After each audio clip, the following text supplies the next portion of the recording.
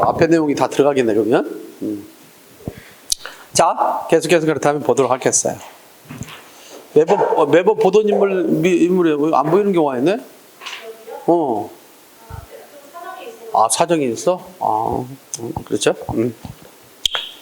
자, 이제는 이제 현대에서 이제 고전으로 넘어가게 됩니다. 알겠어요? 좀 복잡해지죠, 이야기들이. 그래서 여러분들 그 보면 교재 143페이지 일단 펴봐. 교재 143페이지. 교재 143페이지 좀.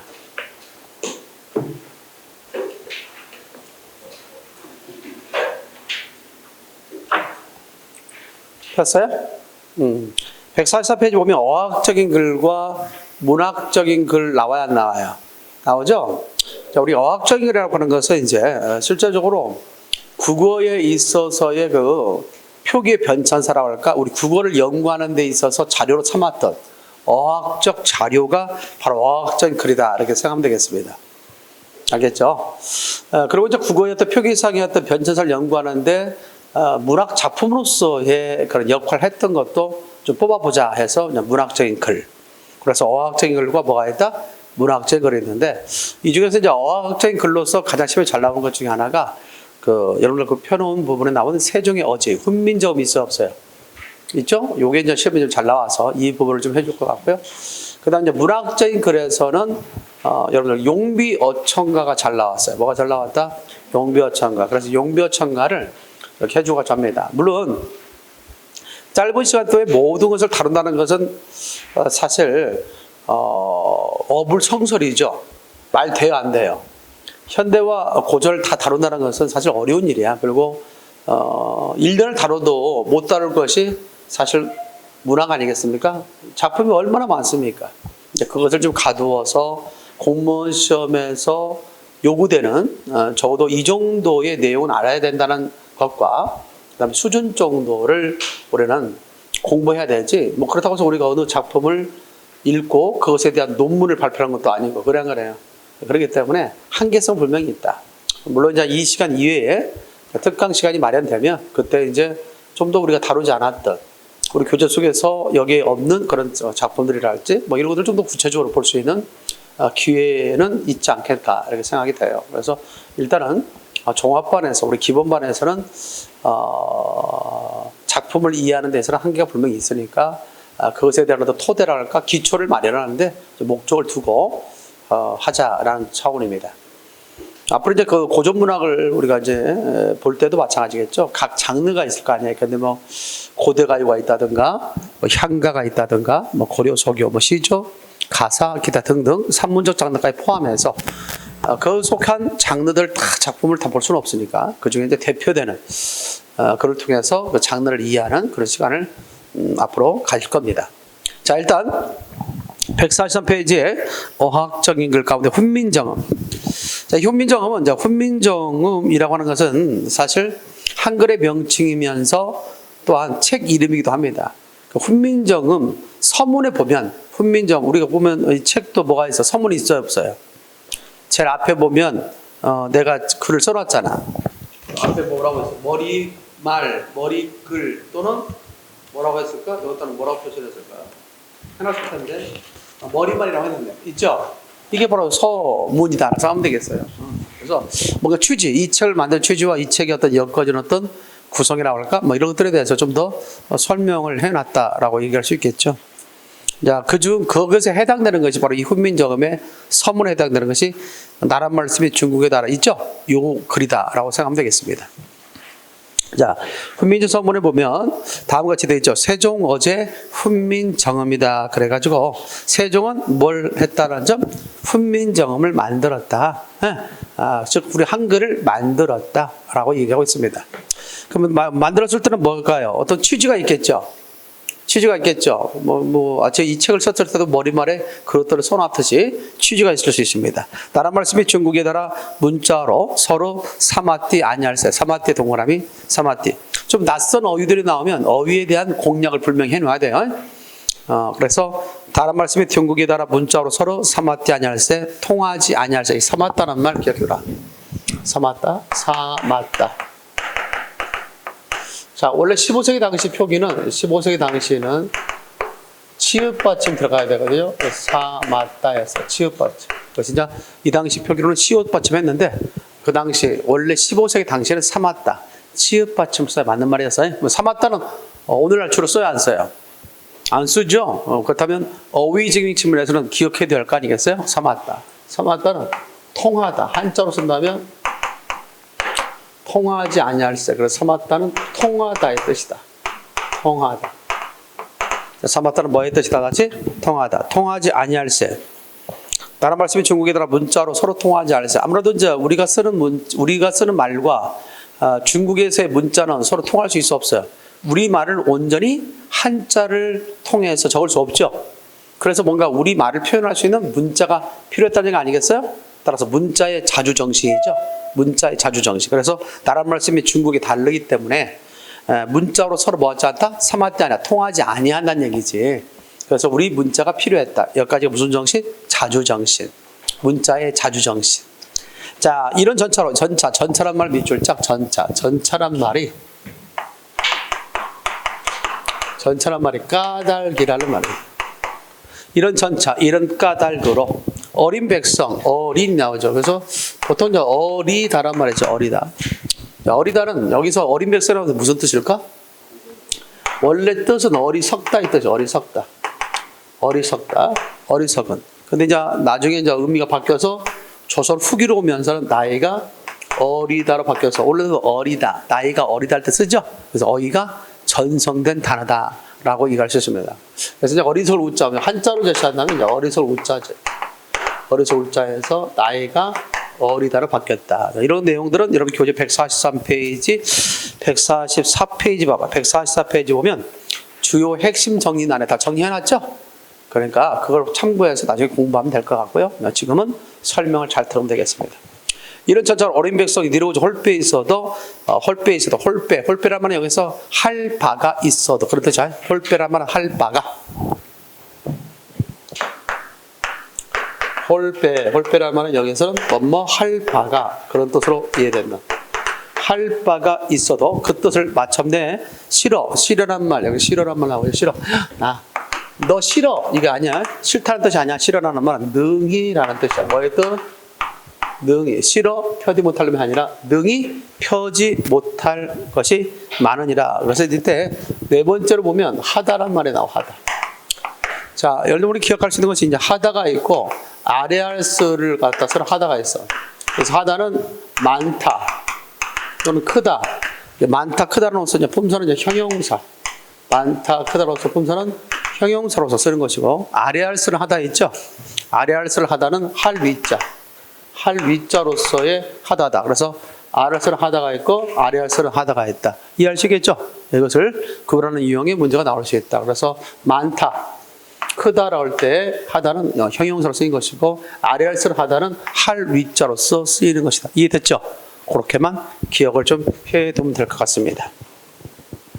자, 그래서 이런 전처럼 어리석은 백성이 니르고자 할 바가 있어도 마침내 제 뜻을 싫어 능히 펴지 못할 놈이 하니라. 내 일할 위하여 어여삐라는 말도 나오네. 어여삐. 물론 이것은 어여쁘다의 부사형이죠. 어여쁘다. 자, 어여쁘다도 역시 이제 원래는 어떤 뜻이었냐면 가련하다 또는 불쌍하다. 가련하다, 불쌍하다에서 나와서 지금은 이제 뭐다 나지? 예쁘다, 귀엽다 이런 말로 바뀌게 됐죠. 따라서 어이가 전성된 단어다. 그렇다면 그래서 뜻이 바뀐 단어가 두 개 있죠. 첫 번째 시작.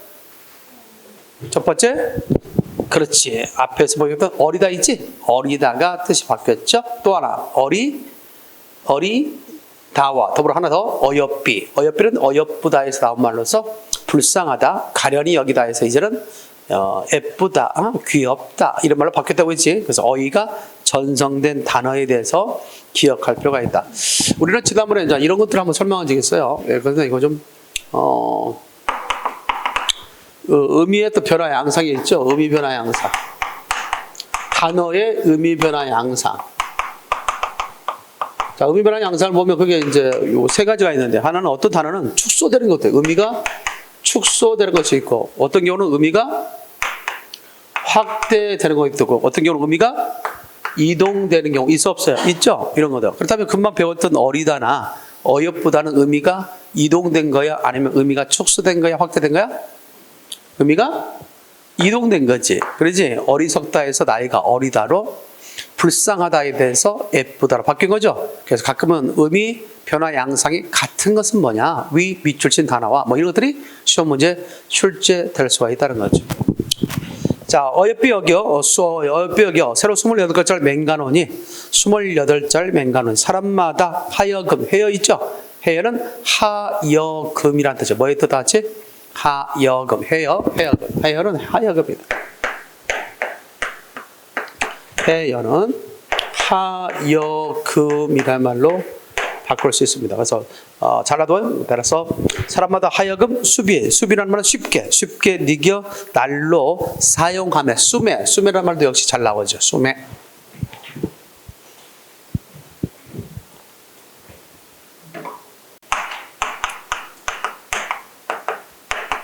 자, 부쓰다는 말이 있고 15세기 당시에 쓰다라는 말이 있어요. 그래서 부쓰다, 그다음 뭐가 했다지? 쓰다. 자, 이 부쓰다는 어떨 때 쓰냐면 어떨 사용하다 또는 약이 쓰다 또는 모자를 쓰다. 쓸 관자입니다. 자, 이렇게 쓸 용자, 쓸 고자, 쓸 관자 이런 의미로 쓰는 게 부쓰다. 이 당시 15세기 당시에는 이런 글자가 있었어요. 그러다가 쓰다는 어디냐면 글을 갖다 쓰다 할 때는 이 단어를 쓰고 모자를 쓰다, 약이 쓰다, 모자를 쓰다, 약이 쓰다, 어디 물건을 쓰다 있지? 이럴 때는 이걸 썼단 말이지. 그래서 서로 달랐다라고 얘기할 수 있습니다. 이런 것들은 이제 대체적으로 나중에 이제 뭘로 바뀌냐면 이 부쓰다가 나중에 다 쓰다 하나로 통일돼서 임진왜란 이후 이걸로 통일돼서 이 네 가지 의미를 이 형식을 통해서 다 드러내게 됩니다. 알겠죠? 그러나 15세기 당시에는 이런 표기를 통해서 의미를 구별해서 썼다는 점. 따라서 여기에 뭐가 나와 있어? 여기 나와 있죠. 여기서 뜻은 뭘까? 사람마다 하여금 쉽게 니겨 날로 사용함의 뜻이죠. 그러니까 사용할 용자의 의미다. 그래서 밑에 그 한자 보면 편어일용이 나오죠. 편어일용이 한자 나옵니까? 그 밑에 한자 나왔잖아. 편어일용이 나오죠. 그때 용자가 쓸 용자 그 단어가 바로 그 뜻임을 밝혀주고 있는 것이다. 국지어흠 이웃 중국하야 여문자로 불상유통할세 고우민이 유소 요구라 나오죠. 그게 자 그거죠. 그래서 위에 것은 이제 훈민정음 책에는 두 가지 예서가 있었거든. 한글로 된 책과 한문으로 된 책이 있는데 한문으로 된 책은 그 밑에처럼 나와 있고 한글로 된 책은 위에 나라 말씀이 중국에 달라 이렇게 나와 있는 거죠. 그래서 한글로 된 책을 훈민정음 언해본이라고 그래. 뭐라고 얘기한다? 훈민정음 언해본. 그 밑에는 한문으로 된 것을 훈민정음 뭐라고 얘기한다? 해례본이라고 그래. 그래서 훈민정음은 두 가지가 있어요. 훈민정음이라는 건 책 이름인데 두 가지가 있는데 하나는 해례본이 있고 하나는 무슨 본이 있다 같이 언해본이 있다. 그래서 해례본은 한문본이야. 한문으로 되어 있다. 한문본이고 언해본은 한글본이다. 한글본으로 되어 있다는 것. 따라서 훈민정음과 관련돼서 기억을 해둘 필요가 있겠다. 이해됐죠? 그런 것들이 시험에 출제될 수 있다는 것. 다차적으로 이제 여기 나와 있는 훈민정음 소위 서문에 세종이 왜 한글 만들었는가에 대한 취지가 잘 밝혀져 있죠. 그래서 첫 번째는 무슨 정신? 자주정신. 두 번째는 무슨 정신? 애민정신. 세 번째 무슨 정신? 실용정신에 의해서 지어졌다는 사실. 그래서 일단 1차적으로 종합반에서는 뭘 중심으로 알아두는 게 좋냐? 어휘 중심으로 알아두는 게 좋겠다. 아무래도 이제 현대와 좀 다르다 보니까 밑줄친 어휘를 묻는 문제가 더 잘 나왔던 것이 있습니다. 그 부분에 대한 기본적 이해를 좀 가지고 있으면 될 것 같다. 정리됐죠? 근데 여기서 우리 하나 좀 설명하고 넘어갈 것이 이런 게 하나가 뭐냐면, 과거 한 2, 3년 전만 해도 신문지 출제가 됐는데, 최근에 좀 덜 나오고 있는 것 중에 하나가 있긴 있습니다. 그래서 훈민정음 몇 절 만들었다고 했죠? 거기서 28절 만들었다고 했지? 그러면 가끔 여기다 밑줄 쳐놓고 세종당께서 만든 28자에 속하는 것은, 속하지 않는 것은 이런 식의 문제가 더러 나오기도 했습니다. 여러분도 갖고 있는 교재 몇 페이지 표일까? 그 뒤에 자 그냥 일반 상식으로 좀 여러분들이 또 이 모듈을 종비하라고 해서 내가 문법, 웬말 문법 306페이지, 몇 페이지? 306페이지부터 시작해서 307페이지까지에 걸쳐서 거기 보면 제자 원리와 문자 체계 있어 없어요? 있죠? 이걸 해놨죠? 그것다 별 3개 정도 해놓고 별 3개. 요즘에 와서는 좀 덜 나오고 있지만 그래도 한 번쯤 우리가 확인해야 할 것. 2018년도에도 시험이 나왔잖아. 그 옆에 것처럼. 있어 없어요? 있죠? 그렇기 때문에 이 부분에 대해서 잠깐 설명해 주고자 합니다. 잘 봐봐요. 28자가 나왔으니까 28자는 어떤 것을 28자라고 하는가. 그래서 훈민정음의 제자 원리와 당시 의문의 체계에 대해서 잠깐 설명해 줄 테니까 잘 기억하기 바랍니다. 좀 지우고.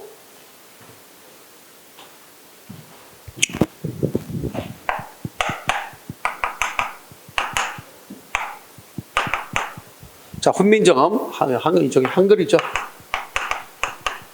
한글의 제자 원리와 제자 원리라고 하는 것은 글자가 만들어진 원리야. 글자가 만들어진 원리에 대해서 잠깐 설명을 하도록 하겠습니다. 첫 번째 보니까 우리가 기억할 수 있죠. 초성자가 있어요. 이 초성자 같은 경우는 자음이라고 하죠. 자음. 자, 세종대왕께서는 어떻게 한글을 만들었을까? 세종대왕께서 한글을 만들었기 때문에 오늘날 우리가 이게 사용하고 있는 거 아니겠어요? 전 세계적으로 가장 우수한 문자로서 언어학자들이 우리 한글에 대해서 상당히 높이 평가하는, 그래서 세계의 어떤 문자 대회에서 항상 1등하고 우승하는 그런 문자로서 우리는 그 문자를 사용하고 있고, 세계의 많은 사람들이 우리 한글을 배우고자 노력하고 있다는 거 아니겠습니까? 아마 세월이 좀 흐르고 그런 뒤에 먼 훗날에는 아마 한글이 세계의 공용 문자가 되지 않을까. 더 나아가서 한국어가 공용어가 되지 않을까. 이런 기대를 해보는데 어때요? 여러분들 좀 마음이 그런 생깁니까? 안 생깁니까? 그래서 생긴다고 해야 되겠지, 그렇지? 그러면 얼마나 좋겠어. 그래서 굳이 우리가 뭐 하지 않더라도 영어를 배우지 않더라도 우리 한국어가 가장 경쟁력이 있는, 정말 좋을 것 같아, 그죠? 참 잘할 수 있지 않겠나 생각하는데, 특히 외국 사람들이 우리 한국 노래를 하고, 한글을 쓰는 걸 보면 참 뿌듯함이 있잖아, 그지? 가끔 내가 유튜브에 들어가서 봤는데, 세계적으로 우리나라에 많은 음악가들이 나가 있지 않습니까? 근데 우리나라의 그 음악가 가운데 한 사람이 해외에 나가서 합창단을 조직하고, 그래서 그들로 하여금 우리말로 노래를 부르게 하고, 우리 가곡을, 우리 민요를, 그러고 보니까 마음 뿌듯하더라고. 그리고 또 저 스페인 같은 경우는 말이죠, 초등학교 교과서에 우리 아리랑이 실렸대. 그 나라에 너무나 아리랑을 잘 부르니까, 그리고 그것을 자기들의 자기 나라의 말로 부르는 게 아니라 우리말로 불러요. 그러니까 한두 사람이 부르는 게 아니야. 처음에는 미약했겠죠. 그 수가. 처음에는 몇 명이 부르다가 점점 확산되다 보니까, 어떻게 보면 스페인의 하나의 그 대중 노래로서 인정받게 됐고, 그러다 보니까 그것이 우리나라 민요임에도 불구하고, 그들의 어떤 교과서에 실릴 정도로 됐으니 얼마 되냐고. 근데 그게 한 사람의 노력에 의해서 됐다는 거 아니야? 임재식이라. 따져봐야 되겠어. 나와 뭐가 좀 될 것 같은데. 그래요. 우리가 제자학년인데, 임재식이냐. 근데 나는 임재진이잖아. 뭔가 좀 될 것 같은 기분 들어요? 그 사람에 의해서, 노력에 의해서. 불모의 땅, 아무도 없는, 사실 또 아무도 알지 못하는 땅에 가서, 그 땅에 가서 그렇게 읽었다는 거 아니겠어요? 처음에는, 그 나라 사람이 아니니까 이방인이 왔다고 해서 상당히, 홀대도 받고, 그로 인해서 여러 가지 차가운 시선들이 있었는데, 점점점 노래를 통해서 이들의 마음을 좀 하나로 모으고, 또 나에 대한 어떤 인식을 바꿔야 되겠다 해서 노력을 해가지고 나중에는 그렇게 스페인에서 우뚝 선 그런 사람이 됐다. 또 얼마 전에는 독일에 그 합창단에 와서 우리나라 노래를 부르는데 엄청나더라고 보니까. 그래서 해외에서 많은 우리 사람들이 우리 말의 우수성을 좀 더 드높이고 있다라는 것이죠. 우리는 그런 왕을 만난 게, 그런 문자를 만드는 왕을 만난 게 우리는 뭐예요? 행운이다라고 얘기할 수 있습니다. 그래서 학교에 교정 가면 항상 있는 게 뭐예요? 학교에 교정 가면 이순신이 있고 대부분 누가 있어요? 세종당이 있고, 광화문에도 뭐가 있어요? 이순신이 있고, 세종당이 있잖아요. 그래서 우리나라에서 많은 영웅들이 있지만 때려야 뗄 수 없는 가장 대표적인 인물이 뭐야? 이순신과 세종이라는 거 아니겠습니까? 그러니까 초성. 그럼 초성을 어떻게 만들었을까? 일단 초성은 잘 알아도 이걸 시험에 나왔던 거니까 사람의 바른 기관을 상징했다. 사람의 바른 기관을 상영했다. 라고 할 수 있죠. 사람의 바른 기관 상영. 됐나요? 이렇게 얘기할 수 있습니다. 사람의 바른 기관 상영. 그 다음에 플러스. 플러스 무슨 원리를 얘기하냐면 가획의 원리를 얘기해요. 사람의 바른 기관 상영 플러스 무슨 원리? 가획의 원리를 사용했다. 자, 그래서 거기 교재에 보면 306페이지도 있잖아요. 자, 첫 번째 기억이 있어, 기억. 처음에 기억을 봤는데 기억을 그 옆에 그 한자가 나왔는데 한자에 대한 도금이 안 달아져 있죠? 써놓을 사람 써놔요. 설근폐후지역. 설근폐후지역이다. 혓뿌리가 목구멍을 막는 형. 그래서 우리가 보면 기억, 하면 할 때 혓뿌리가 목구멍을 막죠. 기억 이 모양을 붙어서 기억을 만들었다. 이렇게 하죠. 혓뿌리가 목구멍을 막는 형이 설근폐후지역이다 할 수 있습니다. 다음 니은이 있습니다. 니은은 혀끝이 윗잇몸에 닿는 모양이야. 니은 이렇게 혀끝이 윗잇몸에 닿는 모양. 이것을 우리 뭐라고 하냐면 설부상악정이라고 그래요. 설부상악정이다. 다음에 미음 같은 경우는 입모양 붙었죠. 입모양 구형이다. 구형. 입모양 붙어서 미음 만들었고, 그 다음에 시옷은 치형 이 모양을 붙었습니다. 이 모양 붙었다. 그 다음에 이형은 목구멍 모양을 붙었다. 이것을 후형이라고 하죠. 이렇게 해서 기형, 니은, 미음, 시옷 뭐가 있다 시작? 이형이 있다. 이것을 초성에 뭐라고 하느냐? 초성에 이것을 기본자라고 얘기합니다. 자, 초성 기본자는 몇 가지가 있다는 점? 5가지가 있다. 기형, 니은, 미음, 시옷, 이형. 이 5자를 만들고 여기다 뭐의 원리를 적용했냐면 가획의 원리, 획수를 더하는 원리. 그래서 획수를 돼 있죠. 우리가 휴대폰에도 이렇게 획수를 더하는 건 있어 없어요? 있죠. 그래서 한 획을 더해서 키읔을, 한 획을 더하니까 디귿을, 또 하나의 획을 더하니까 티읕을, 획을 더해서 비읍을 옆으로 늘려서 피읍을, 획을 더해서 지읒을, 한 획을 더하니까 치읒을, 한 획을 더하니까 여린 히읗. 다 같이 시작. 여린 히읗. 그 다음에 또 획을 더해서 뭐다? 히읗. 이렇게 만들었다는 겁니다. 자, 이런 것들은 획을 더해서 만든 거죠. 그래서 이름하여 이것을 가획자. 획을 더해서 만들었다 해서 무슨 자라고 한다 같이? 가획자다라고 얘기할 수 있습니다. 자, 획을 더했지만 이것들은 획을 더해서 어떤 원리냐면 획을 더한다는 의미는 뭐냐면 소리가 더 거세짐. 소리가 더 거세진다. 그러니까 획을 더한다는 것은 뭐와 관련되어 있다? 소리의 거세짐과 관련되어 있다고 할 수 있죠. 사실 획을 더했지만 소리의 거세짐과 관련이 없는 것들이 있어요. 꼭지응이랄지 리을이랄지 반침이 있어. 이 3가지를 우리는 뭐라고 하냐? 이 N형 리을 반침은 기본자로부터 획을 더했지만 소리의 거세짐과는 관련이 없어. 그래서 이것을 우리 소위 뭐라고 하냐면 이 3가지를 이체자라고 그래요. 무슨 자라고 한다? 이체자. 그렇죠. 몸을 달리하는 글자다 해서 이체자. 그래서 세종대왕께서는 초성자 몇 자를 만들었다? 기본자 5자와 그 다음에 획을 더한 글자 9자와 이체자 몇 자? 3자. 합쳐 5, 9, 3 더하면 몇 자? 몇 자요? 17자. 몇 자 시작? 17자를 만들었다. 됐나요? 17자. 따라서 세종대왕께서 받는 초성자는 총 몇 자였다? 17자였다 라고 얘기할 수 있습니다. 여기까지 이해됐습니까? 그렇게 알고 있으면 되겠고요. 그래서 뭘 원리를 이용했다는 점? 사람의 발음기관을 상영했다는 점. 알겠죠? 그 다음 가액의 원리, 획을 더하는 것을 가획이라고 그래. 가획. 획을 더한다는 것을 뭐라고 다시 시작? 가획이다. 이렇게 얘기할 수 있죠. 여기까지 이해됐죠? 자, 두 번째 이제 뭐가 있냐면 중성이 있어. 중성. 중성을 뭘 말하냐면 모음을 말해. 모음. 중성은 뭘 말한다 같이? 모음. 그래서 이거는 하늘과 땅과 사람, 천지인을 상영했다라고 할 수 있죠. 가끔 우리가 삼성에서의 문자 입력 방식 옛날에 보면 천지인 방식이다. 들어본 적 있어요? 그 천지인이 바로 이건 뜻이죠. 하늘과 땅과 모양을 본뜬 것. 천지인 방식. 자, 우리의 그 하늘의 모습은 어떤 모습일까요? 어떤 모양일까요? 하늘은? 하늘의 모습은 어떤 모양일까? 넓게 펼쳐져 있는 장방형의 모습일까? 아니면 둥근 모습일까? 옛날 사람들은 아마 하늘의 모양을 어떻게 생각하냐면 저 수평선이 보이잖아. 그렇죠. 또 때에 따른 지평선이 보이잖아. 그러니까 하늘의 모양이 이렇게 둥글다고 생각했단 말이지. 그래서 하늘의 모양을 붙어서 이걸 만든 거야. 둥근 모습. 됐죠? 하늘의 둥근 모습을 붙어서 아래 아. 이거 아래 아. 아래쪽에 붙이기 때문에 아래 아라고 그래. 여러분들 보통 읽을 때는 그냥 가 읽으면 돼. 알겠죠? 그냥 가. 자, 이렇게 아래를 만들었어. 그리고 땅의 모습은 뭐하지? 땅의 모습은 평평하죠. 그래서 평평했다. 다 같이 시작.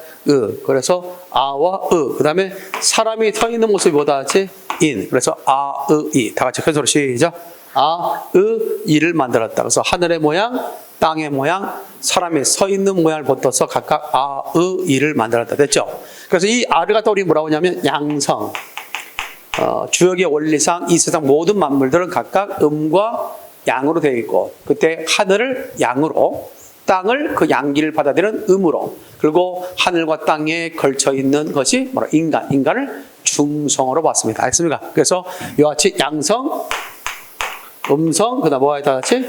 중성이 있다. 이렇게 해서 기본자, 모음의 기본자 이 세 자를 만들었다. 모음의 기본자 세 자는 뭐다 단정? 이다. 됐습니까? 자, 그러므로 천지만물은 이와 같이 양성과 음성의 조화, 음양의 조화를 통해서 이루어지고 있기 때문에 다시 한번 이 하늘과 땅이 만납니다. 하늘과 땅이 만나니까 이게 뭐가 됐다 같이? 오가 됐다. 그래서 세종대왕께서는 고민했겠지. 우리의 말 가운데 오를 어떻게 표기할까? 오를 어떻게 표기할까? 오 하는 거예요. 오는 뭐 어떤 기운일까? 한번 해봐. 오를 호 해봐. 호 시작. 호 하면 따뜻한 바람이 나와, 찬 바람이 나와. 그래서 우리가 손이 시려와 캉 할 때, 손이 시릴 때 어떻게 돼? 우리가 호해 아니면 후해? 호 그러지. 호니까 어떻게 돼? 따뜻한 바람 나오지. 그 양기라는 거야. 양이라는 거야. 그런데 이제 우리가 뭐 할 때 있어? 상처가 났거나 뭔가 데일 때, 손에 뜨거운 곳에 데일 때 우리는 뭐 하지? 호해, 후해. 후하죠. 후는 뭐예요? 음성이기 때문에, 음기이기 때문에 그래. 이해됐죠? 그런 원리에 의해서, 그렇다면 이 우를 어떻게 표기할 것인가 생각했지. 그래서 여기다가 이렇게 땅을 기점으로 해서 위에다 점을 찍으니까 오가 됐다. 됐습니까? 그렇게 알고 있고, 또한 사람을 기점으로 해서 이에다 해서 앞에다 점을 찍으니까 뭐가 됐다? 아가 됐다. 그래서 이것을 됐고, 이번에는 땅이 주체가 돼서 아래다 찍으니까 우가 됐다. 우가 됐고, 이번에는 사람이 주체가 돼서 아를 적으니까 이게 뭐가 됐다? 어가 됐다. 이렇게 해서 하늘과 땅, 하늘과 사람이 한 번씩 어우러져 이루 글자 있지? 이것을 처음 나왔다. 그래서 초출자라고 그래. 무슨 자? 초출자. 알겠지? 기본자 다음에 초출자가 있죠. 이렇게 하다 보니까 어떤 재미가 있어? 그러면 요는 어떻게 표기할까? 요는 어떻게 표기할까? 해서 점을 한 번 더 찍어봤죠. 이렇게 두 개를. 요가 되는 거고, 점 두 개를 찍어서 야가 되는 거고, 점 두 개를 찍어서 유가 되는 거고, 점 두 개를 찍어서 여가 됐죠. 이것은 두 번째 나온 거 아니야? 초출자로부터 그 다음에 나온 거죠. 그래서 제출자. 무슨 자라고 한다? 제출자라고 한다. 그래서 모음과 관련돼서는 우리가 초출자는 기본자 몇 자? 기본자 몇 자? 세 자. 초출자 몇 자? 네 자. 제출자 몇 자? 네 자. 그래서 셋, 넷.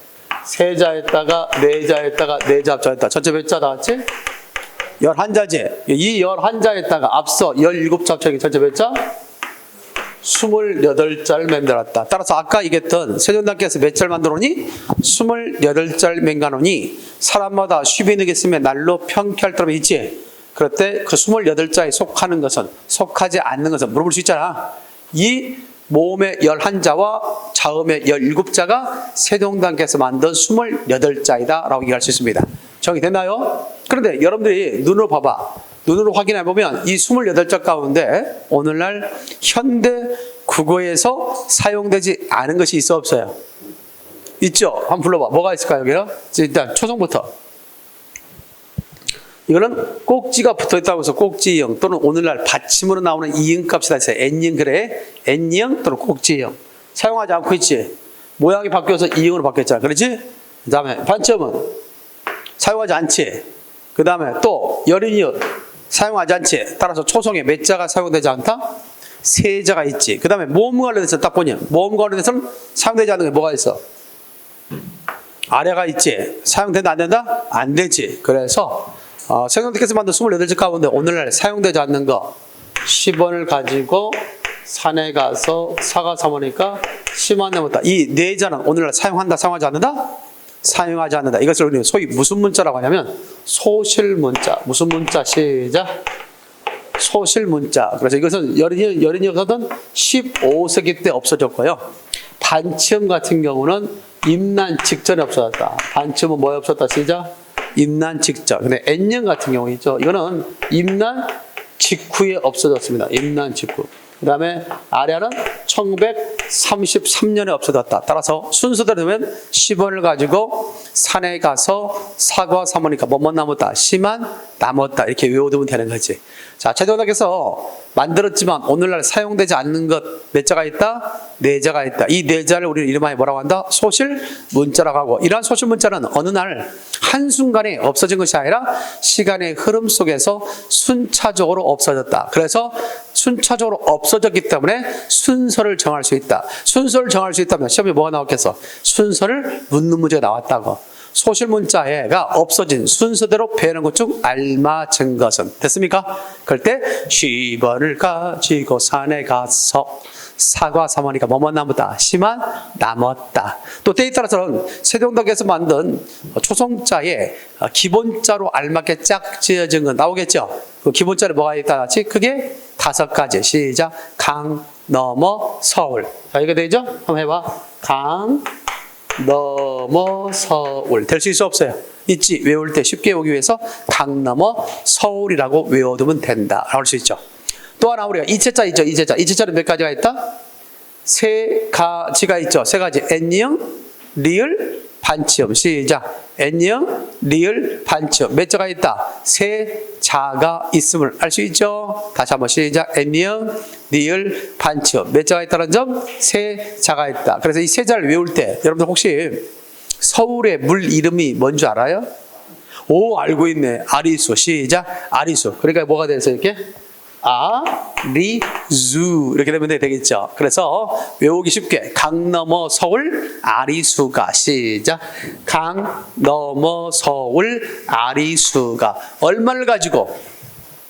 10원을 가지고 산에 가서 뭐 사모니까? 사과를 사모니까 씨만 남았다. 이렇게 외워두면 기본자도 외울 수 있고요. 그 다음에 이체자도 외울 수 있고요. 소실문자 순서까지 한꺼번에 다 외울 수 있다. 그래서 쉽죠? 한번 같이 해볼까? 시작! 강 넘어 서울 아리수가 10원을 가지고 산에 가서 사과 사모니까 뭐뭐 남았다? 씨만 남았다. 이렇게 이해해두면 쉽게 이해될 수 있지 않나요? 과거에 사회복지직 시험에도 나왔는데 선생님 나왔어요. 뭐 나왔냐 그랬더니 강넘어 서울 나왔어요. 강넘어 서울 외우니까 금방 나왔다는 거지. 초성의 기본자로서 알맞게 짝 지어진 거 나왔는데 강넘어 서울 외우면 될 거 아니야? 기역, 니은, 미음, 시옷, 이형이었다. 이형을 살짝 바꿔서 꼭지형 쓰면 안 돼요. 꼭지형이 아니야. 그냥 민끄단 이형이지. 이걸 쓰면 안 돼. 그래서 출제자가 살짝 여러분들에게 혼란을 주려고 기역, 니은, 미음, 시옷, 이응 가운데 이응을 살짝 바꾼다고. 열이 히읗으로 바꾸든지 꼭지 이응으로 바꿔서 여러분들을 혼란스럽게 만든다고 해. 아무것도 없는 대머리 이응입니다. 대머리 이응. 강남어 서울 아리수가 10을 가지고 산에 가서 뭘 먹으니까 나왔지? 사과 사보니까 뭐뭐 남았다? 씨만 남았다 라고 얘기하는 겁니다. 됐지요? 그걸까지 기억을 해두면 될 것 같고요. 세종대학교에서는 뭘 만들지 않았냐면 종성 있지 받침은 따로 만들지 않았어요. 받침은 따로 만들지 않고 초성을 가져다 다시 썼어요. 오늘날 우리 그러죠? 받침 따로 안 만들었지? 초성에 썼던 자음을 받침 쓰죠. 예컨대 대표적으로 보면 밥이라는 말 있죠. 밥 보면 초성에 떴던 자음을 그대로 가져다 받쳐 쓰죠. 그래서 만약에 시험 문제 이렇게 나오면 틀리겠죠. 세종대왕께서는 초성과 중성과 종성을 각각 따로 만들어 썼다. OX? X지. 초성과 중성을 따로 만들어 썼지만 종성을 따로 만들지 않고 초성을 가져다 썼다. 이렇게 정리가 됩니다. 여기까지 됐습니까? 이렇게 해서 기본적으로 일단 기본반이니까 뭐 이 정도만 설명하겠습니다. 훈민정음에 있어서의 제자 원리. 아까 세종대왕께서 28자를 만들었다고 했는데 그 28자에 속하는 것은 28자에 속하지 않는 것. 그 부분에 대해서 기본적인 이해 할 수 있겠죠? 나중에 이제 뭐 우리가 문제풀이 과정이나 또 심화 과정에서 좀 더 옛말 문법과에 대해서 필요한 것들에 대해서 다루기로 하고 일단은 기본반에서는 훈민정음의 제자 원리 정도를 기억해두라. 알겠죠? 그러면서 특별히 여기다 하나 덧붙이면 중성은 천진의 상향의 원리 플러스 양성과 음성이 결합됐죠? 그래서 하나 더 써놓으면 상향의 원리 플러스 결합의 원리. 무슨 원리? 결합의 원리를 적용할 수 있다. 그래서 중성자는 상향의 원리 플러스 결합의 원리, 초성자는 상향의 원리 플러스 가역의 원리. 됐나요? 그럼 이 초성자와 중성자의 공통된 문자의 제자 원리는 뭐야? 상향이지. 본떴다는 얘기죠. 정리됐나요? 상향의 원리가 적용됐다 해도 맞는 말이 된다. 이렇게 해서 훈민정음의 제자 원리에 대해서 잠깐 설명했습니다. 자, 다시 원위치에서요. 두시원회가 아니라 거기 용비 어천가, 문학적인 글 가운데 용비 어천가 하나를 보도록 하겠습니다. 교재 152페이지. 교재 152페이지 봤습니까? 거기에 용비 어천가가 나오죠? 관련해서 배워봅시다. 용비 어천가는 뭐냐? 사실 보면 용이 말이죠. 용이 있잖아요. 용이 날아서 뭐가 됐다는 거죠? 하늘에 올라가서 임금이 된 거야 사실은. 그래서 용은 뭘 상징한다? 임금을 상징한다라고 할 수 있겠고요. 특히 뭐 요즘에 보면 뭔가를 갖다 찬양하고 뭔가를 갖다가 우리가 찬양하고 또 막 송축하고 또 그것에 대해서 막 예찬하고 할 때 이런 용비 어천가를 갖다 들어서 많이 하죠. 그런 거예요. 그래서 뭐 만약 누구 대통령을 갖다가 이렇게 막 한다면 윤비어천가 이렇게 하기도 하고 그런 거래요. 또 이비어천가 뭐 이재명 뭐 대표를 갖다가 한다면 이비어천가 이렇게 하기도 하고 그걸 빗대서 설명하기도 하죠. 그래서 용비어천가에 대해서 기억해 둘 필요가 있겠다. 대표로 우리가 기억할 수 있는 것 가운데 하나 보면 용비어천가는 언제 만들어졌냐면 1445년. 우리가 한글이 언제 창제됐냐면 이거 지워도 되겠습니까? 지워도 되겠죠? 가끔은 제자 원리가 같은 것은 뭐냐 다른 것은 나올 수 있어요. 앞에 기본자는 상향의 원리지 두 번째는 뭐의 원리? 가역의 원리잖아. 제자 원리가 같은 거 1번 기역, 2번 니은, 3번 미음, 4번 디귿. 제자 원리가 다른 건 몇 번? 디귿이지. 디귿은 가역의 원리, 나머지는 상향의 원리 이렇게 나올 수 있단 말이야. 그런 점에서 머릿속에 넣어둬라.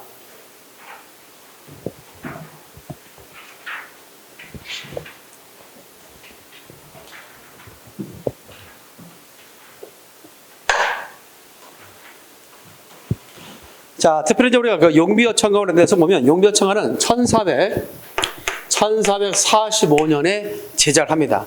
근데 한글은 언제 만들어지냐면 1443년에 한글은 창제됐고 1446년에 반포를 했어요. 약 몇 년 기간이 있었죠, 이렇게? 3년 동안 실험을 한 거죠. 그래서 이 문자라고 하는 것이 과연 우리 백성들에게 유용한 글자가 될 수 있을까? 문자가 될 수 있을까? 여러 가지로 시험을 통해서 물론 그 전에 뭐도 있었겠어? 기득권의 반발도 많았겠죠. 어찌 감히 대국의 문자를 버리고 소국이 문자를 가질 수 있단 말입니까? 최만리 같은 사람은 막 상소문을 통해서 절대 막 반대 입장을 취하기도 하고 그랬죠. 그 당시에 누구의 의지가 없었다면 세종이라고 하는 절대 권력자의 의지가 없었다면 오늘날 한글이 우리 앞에 펼쳐질 수도 없었고 우리가 문자를 가질 수도 없는 그런 나라가 됐을 거라는 얘기입니다. 그렇지 않겠습니까?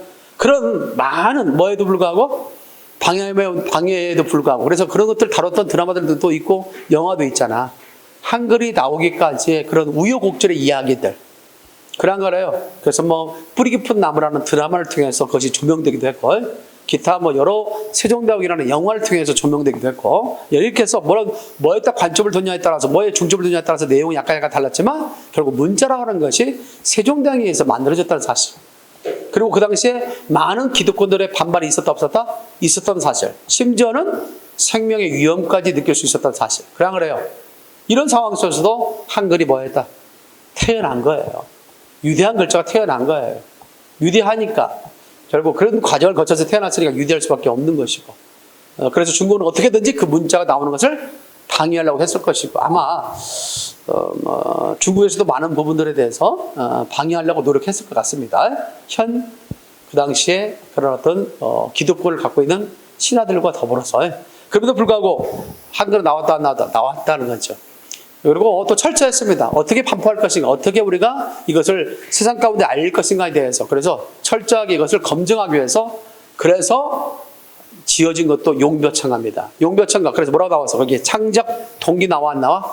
나오지. 세종의 명을 받은 사람이 권제, 안지, 정인지 등이 있죠. 세종의 명을 받아 이 세 사람 등에 의해서, 집현전 학사들에 의해서 결국 용비어창가가 창작되는데, 용비어창가의 창작 동기를 봅시다. 첫 번째, 조선 건국의 한미화 있죠. 국호는 바뀌었지만 여전히 땅은 고려의 땅이었고, 여전히 백성들도 고려의 백성이었죠. 그러니까 나라 이름을 바꿨다고 해서 그 왕조의 충성을 다하라? 그것은 어불성설이 될 수 있었겠죠. 그래서 아무래도 전 정권에 대한 어떤 문제점과 지금 정권의 어떤 우수성이라고 할까, 이것을 부부가 공포할 필요가 있었고 널리 홍보할 필요가 있었다 없었다? 있었죠. 그래서 용비어창가를 창작하게 됐다. 두 번째, 후대왕에 대한 권계. 세 번째, 거기 나와 있네, 훈민정음의 시험 목적. 나옵니까? 나옵니까? 이것이 바로 용비어창가를 창작하게 된 동기 가운데 하나고요. 더더구나 이 용비어창가가 한글로 지어졌기 때문에 우리 국자의 존엄성을 부여하는 데 있어서 우리가 당당히 우리 문자로서 우리도 만든다, 이러한 국자의 존엄성을 부여하기 위해서 용비어창가를 창작했다. 어떤 문제가 지금 나왔을까? 용비어창가의 창작 동기로서 적절치 못한 것은 나올 수 있겠죠. 그런 점에서 확인할 수 있다. 자, 이런 용비어창가는 전체가 식권 125장으로 되어 있습니다. 각 장은 2절, 각 절은 사구의 대구 형식을 가지고 있다는 것도 아울러 기억해 두면 될 것 같습니다. 목이 좀 건조해지니까 좀 기침이 나오려고 해서 잠깐 마스크를 쓰고 또 수업을 하겠습니다. 알겠죠?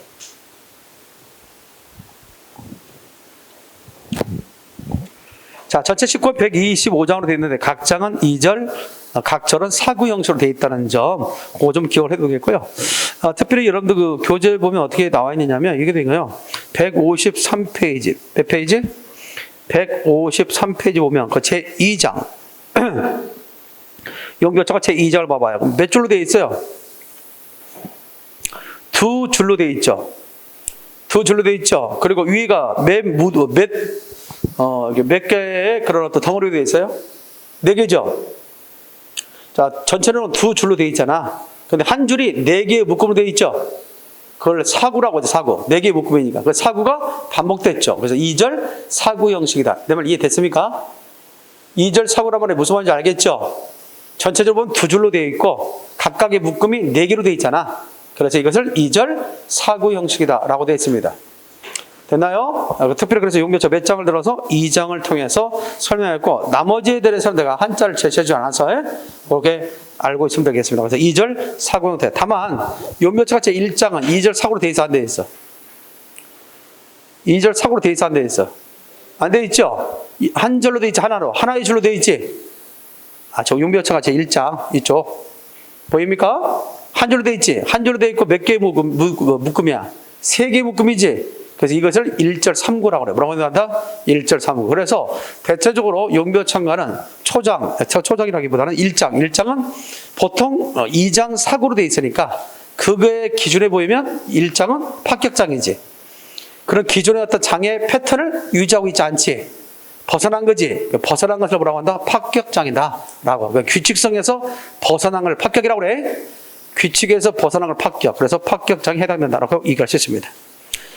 자, 전절은 중국의 역대 왕의 사적을 찬양했고 후절은 육조의 사적을 찬양했다. 이때 육조는 세종의 윗대 선조들을 얘기하는 겁니다. 육조. 이렇게 되어 있고 전체 내용적 구성은 서사와 본사와 결사로 되어 있는데 서사는 1장에서 2장까지와 125장의 내용을 활용해서 조선 건국 잘못해서 1장에서 2장까지를 우리는 서사라고 하고 본사는 3장에서 109장까지를 본사, 110장에서 125장까지를 결사라고 한다. 알겠지? 그래서 내용적 구성상 전체 125장으로 되어 있는데 그 중에 크게 세 부로 나온다면 서사, 본사, 결사로 나눌 수 있다. 그럴 때 서사는 1장에서 2장까지, 그 다음에 본사는 3장에서 109장까지, 결사는 110장에서 125장까지 되어 있는데 그중 110장에서 124장까지, 110장에서 124장까지는 공통적으로 임금아 이 뜻을 잊지 말아소서, 임금아 이 뜻을 잊지 말아소서 이런 말이 들어가 있어. 그래서 특별히 그와 같은 장을 뭐라고 얘기한다? 다 같이 무망장. 시작. 무망장이다. 그 옆에 보면 무망장, 물망장이라는 말 돼 있어 없어요? 그 한자가 무망장이라는 뜻이야. 무망장이다. 잊지 말라는 뜻이야. 무망장. 자, 그러면서 대체적으로 구문학습거기는 한글로 지은 최초의 서사시라는 개념 알아두시고요. 대체로 그 밑에 보면 내용상 밑줄자 송축가, 조선 건국의 정당성과 문물을 찬양하기 위해서 지어진 노래다. 그리고 이런 용벼창가는 건설적인 내용이 아니면 더티하고 아니면 비판적이고 그 다음에 체제 전복에 가까운 내용이야. 어떤 거야? 전자야 후자야? 송축이라니까 전혀 전복과는 관련이 없겠지. 체제 전복의 내용은 들어있지 않겠지. 또한 저항적이고 비판적인 내용은 없겠지. 그죠? 현 정권에 대한 또는 왕조에 대한 찬양의 내용이 대부분이라는 얘기야. 그래서 송축의 노래라고 했잖아. 그런 점에서 내용상 뭐다 같이 송축가라는 점. 그래서 이러한 노래들이 불순한 내용이 아니기 때문에 궁중음악 같은 데나 또는 잔치를 갖다가 열 때 이것을 활용해서 이 가사를 활용해서 노래로 만들었다는 얘기. 그걸 소위 악장이라고 그래. 시작. 악장. 그래서 용벼창가가 이렇게 악장의 가사로 활용된 대표적인 작품들이 있는데 여민낙이 있습니다. 여민낙은 용벼창가 1장에서 4장과 125장의 내용을 가사로 사용하고 있습니다. 이게 여민낙. 용벼창가 1장에서 8장까지와 125장의 내용을 가사로 사용했다. 치풍영.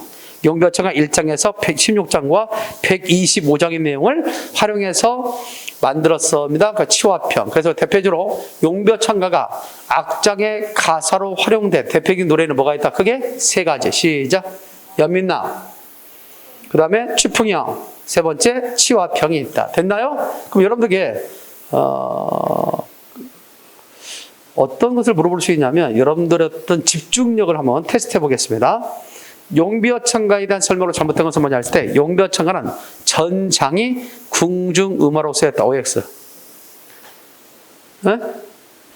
자, 용벼창가 전장이 125장인데 125장이 궁중음악의 가사로 쓰였다. OX. X죠. 거기 마지막에 보게 되면 뭐가 나와? 치화평의 1장에서 16장과 125장이지. 그러니까 적어도 17장부터 시작해서 124장까지는 사용하지 않았다는 거지. 그러므로 용벼창가 전장이 궁중음악으로 사용됐다는 말로 맞다 틀리다? 틀린다 이거지. 됐습니까? 그렇게 알아두고. 그렇다면 공통으로 사용된 장은 몇 개일까? 용벼창가의 내용을 가사로 사용한 악장에 있어서 공통적으로 사용되는 장은 몇 개일까? 그렇지? 1장에서 4장과 125장이 되겠지. 그래요. 여민낙, 취풍형, 취화평 모두 1장에서 4장, 125장 들어가 있잖아. 그런 점에서 그렇게 설명하는 문제가 시험에 출제될 수 있겠다. 됐습니까? 자, 그 중에 하나, 용벼창 가운데 가장 시험에 잘 나왔던 것이 용벼창가 2장입니다. 대체로 다른 것들은 한자를 갖다 섞어 썼습니다. 용벼창가에 있어서 다른 장들은 한자를 쓰거나 또는 중국의 고사를 갖다가 인용한 것이 많아. 대부분 그랬어요. 중국의 고사를 인용한다든가 한자를 써서 표기했는데 용벼창가 2장만큼은 중국의 고사를 인용하지도 않았고 또 하나 한자를 사용하지 않았다는 점. 그리고 또한 비유적인 표현을 드러냈다는 점에서 상당히 문학적 가치를 높이 평가하는 것이 용별차 몇 장이다? 2장. 그래서 이 종합반 기본반에서는 용별차 2장을 중심으로 잠깐만 설명하도록 하겠습니다. 알겠죠? 자, 거기 보니까 다음과 같이 나오지. 불이 깊은 남간 바람에 아니밀세 곧되고 여름 하나니 샘이 깊은 물은 가만히 아니 그쳤세 내일어 발 아래 가난이 있지. 그 부분을 잠깐 설명하도록 하겠습니다. 그럴까요? 불이 깊은 남간 바람에 아니밀세 자, 그 다음에 뭐라고 나왔어요? 같이 곧되고 여름 하나니 곧되고 여름 하나니 이렇게 되어 있습니다. 자, 그 다음에 세 번째 샘이 깊은 물은 샘이 깊은 물은 가마래, 알겠지? 가마래 아니 그칠세 아니 그칠세 됐습니까? 내일어 발을 가네 내일어 발 아래 가나니 됐습니까? 이렇게 해서 기억해. 어때요? 전절과 후절이 뭐라는 점에서 공통점이 있지? 대꾸 형식을 취하고 있다는 것을 알겠죠? 대꾸죠? 대꾸라는 것은 같은 문장 구조, 같은 통사 구조를 갖고 있는 것을 병치해 놨을 때 대꾸라고 하지. 그래서 대꾸법이 들어가 있다. 뭐 대구법 이렇게 하거든요. 자, 이때 중요한 것이 있습니다. 그대로 직역하게 되면 어떻게 될까? 불이라는 것은 뿌리야. 뿌리가 깊은 나무는 바람 때문에 흔들려 안 흔들려? 흔들리지 않겠지. 그러니까 꽃이 좋고 열매가 많이 열리겠지. 그리고 밑에는 샘이 깊은 물은 쉽게 말라 안 말라? 마르지 않지. 마르지 않으니까 가뭄에 마르지 않으니까 내가 되어서 바다로 가겠지. 됐나요? 이런 식으로 직역하면 그렇게 되는 거야. 근데 그걸 뭘 의미하느냐? 상당히 문학적 가치가 있다고 했지. 문학은 뭐다? 함축적 표현이라고 했지. 함축적 언어를 사용하는 게 문학이라고 했잖아. 그럼 이것은 뭐냐? 직역은 그렇게 되는데 문학적인 어떤 언어로서 다시 얘기한다면 비유가 됐다. 비유죠? 뿌리 깊은 남간이라는 건 뭐냐? 뿌리가 깊은 나무는 기초가 튼튼한 나라가 된다. 기초가 튼튼한 나라는 뭐가 돼요? 바람이나 가뭄이 있죠. 이것도 전부 다 내우외환이죠. 내우외환. 안으로의 근심과 밖으로의 근심이 있죠. 내우외환. 내우외환이죠. 내우외환에 흔들리지 않아요. 위다는 말은 흔들리다 뜻이야. 흔들리다. 흔들리지 않으니까 꽃이 좋고 여름하면서 여기서 자라도 여름은 열매야, 열매. 자칫 계절 썸머를 이야기하면 안 돼. 계절 썸머가 아니라 이때 여름은 뭐다? 시작. 열매라는 뜻이야, 열매. 우리가 알고 있는 계절 썸머는 여름이라고 그래요, 여름. 이게 계절 뜻해. 계절 여름이야. 이것이 계절 여름을 뜻하는 단어고, 이 여름은 열매라는 뜻이야. 알겠습니까? 그러니까 꽃이 좋고 열매가 많이 연다는 것은 뭐냐면, 이게 꽃과 여름이 문화를 말해, 문화. 문화가 창성한다. 한마디로 기초가 튼튼한 나라는 내우여울에 흔들림이 없으니까 그만큼 문화가 창성한다라고 되어 있고, 밑에 샘이 깊은 물은 뭐냐? 샘이 깊은 물은 역사가 오래된 나라. 역사가 오래된 나라, 유서가 깊은 나라야. 됐나요? 우리나라는 5천년의 역사를 갖고 있어, 안 갖고 있어? 갖고 있죠? 무시할 나라가 아니란 말이야. 사실 미국이 우리를 무시할 수도 없고 일본이 우리를 무시할 수 있어, 없어? 없어요. 그들보다 유구한 문화적인 그런 자산을 갖고 있는 나라가 누구다? 우리나라는 거야, 우리나라. 불과 미국이 세워봤자 200~300년 전인데 별이 안 됐잖아. 우리는 몇 천년? 5천년의 역사를 가지고 있다는 거면 됐습니까? 그런 점에서는 상당히 문화 강국이다라고 할 수 있는 거고, 그런 문화 강국이 세계적으로 알려질 기회가 없어서 그랬지, 결국 코로나 때문에 더 알려지게 됐죠. 그걸 생각 안 해둘 거 아니야. 그런 나라가 있단 말이야. 코리아가 있단 말이야. 이런 식으로 더 알려지게 되는. 그래서 우리나라에서 살고 싶은 사람들이 얼마나 많아집니까? 샘이 깊은 문화. 알겠어요? 유서가 오래된 나라, 역사가 오래된 나라는 가마리는 가뭄이야, 가뭄. 가뭄 때문에. 가뭄 뭘까? 내우외환이. 내우외환에 그 문화적인 것이, 역사적인 것이 마른다, 마르지 않는다? 마르지 않겠지. 그러니까 그 민족이 내가 되어서 바다로 간다는 말은 뭐냐면 민족이 영원히 지속된다는 얘기야. 알겠어요? 그래서 이때 바다가 의미하는 것은 영원성. 무슨 성? 영원성. 보통 이 바다를 갖다가 이상향, 영원성으로 많이 표현해서 이야기하기도 합니다. 결국 이 문학적 가치가 있는 거죠. 비유를 통했죠. 따라서 이 용비어차가 이장한 무엇을 갖다가 얘기하고 있다? 조선왕조의 영원성을 송축하고 있다는 거야. 알겠어요? 뭘 송축하고 있다? 같이 조선왕조의 영원성, 영원한 무궁한 발전을 갖다가 송축하고 있다라는 것을 볼 수 있습니다. 아까 얘기했죠. 그래서 특별히 그 발전설 이야기하기 위해서 샘에서 나온 물이 샘에서 나온 물이 뭐가 되고 내가 되고 내가 되어서 뭐가 시작 바다로가 나와 있지. 그래서 이런 이미지를 무슨 이미지라고 하냐면 확장적 이미지. 확장적 이미지를 통해서 조선 왕조의 영원성을 송축하고 있다. 그러면 맞다 틀리다? 맞는 말이 된다. 확장적 이미지를 통해서 조선 왕조의 영원성을 뭐하고 있다? 송축하고 있다. 됐나요? 그래서 많은 작품들이 있는데 문학적인 글 속에는 특별히 대표적인 뭘 통해서 봤다? 용비 어천가를 중심으로 봤습니다. 알겠습니까? 그래서 어학적인 글에서는 훈민정음 관련돼서 서문에 나와 있는 세종의 어지를 중심으로 봤고 문학적인 글에서는 용비 어천가를 중심으로 봤습니다. 이렇게 해서 좀 간단하게 정리하기로 하고요.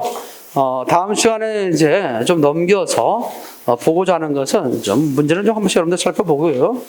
넘고자 하는 것은 교재 171페이지 보면은 고전 문학 나와요. 나오죠? 여기서부터 그냥 고전 문학 장르에 대한 이해가 되거든요. 그 부분에 대해서 주요 장르, 특히 그 중에서도 이제 우리 고전 문학에는 시가 장르가 있고, 그다음에 서사 장르가 있는데 그 중에서 시가 장르가 더 시험이 잘 나오거든요.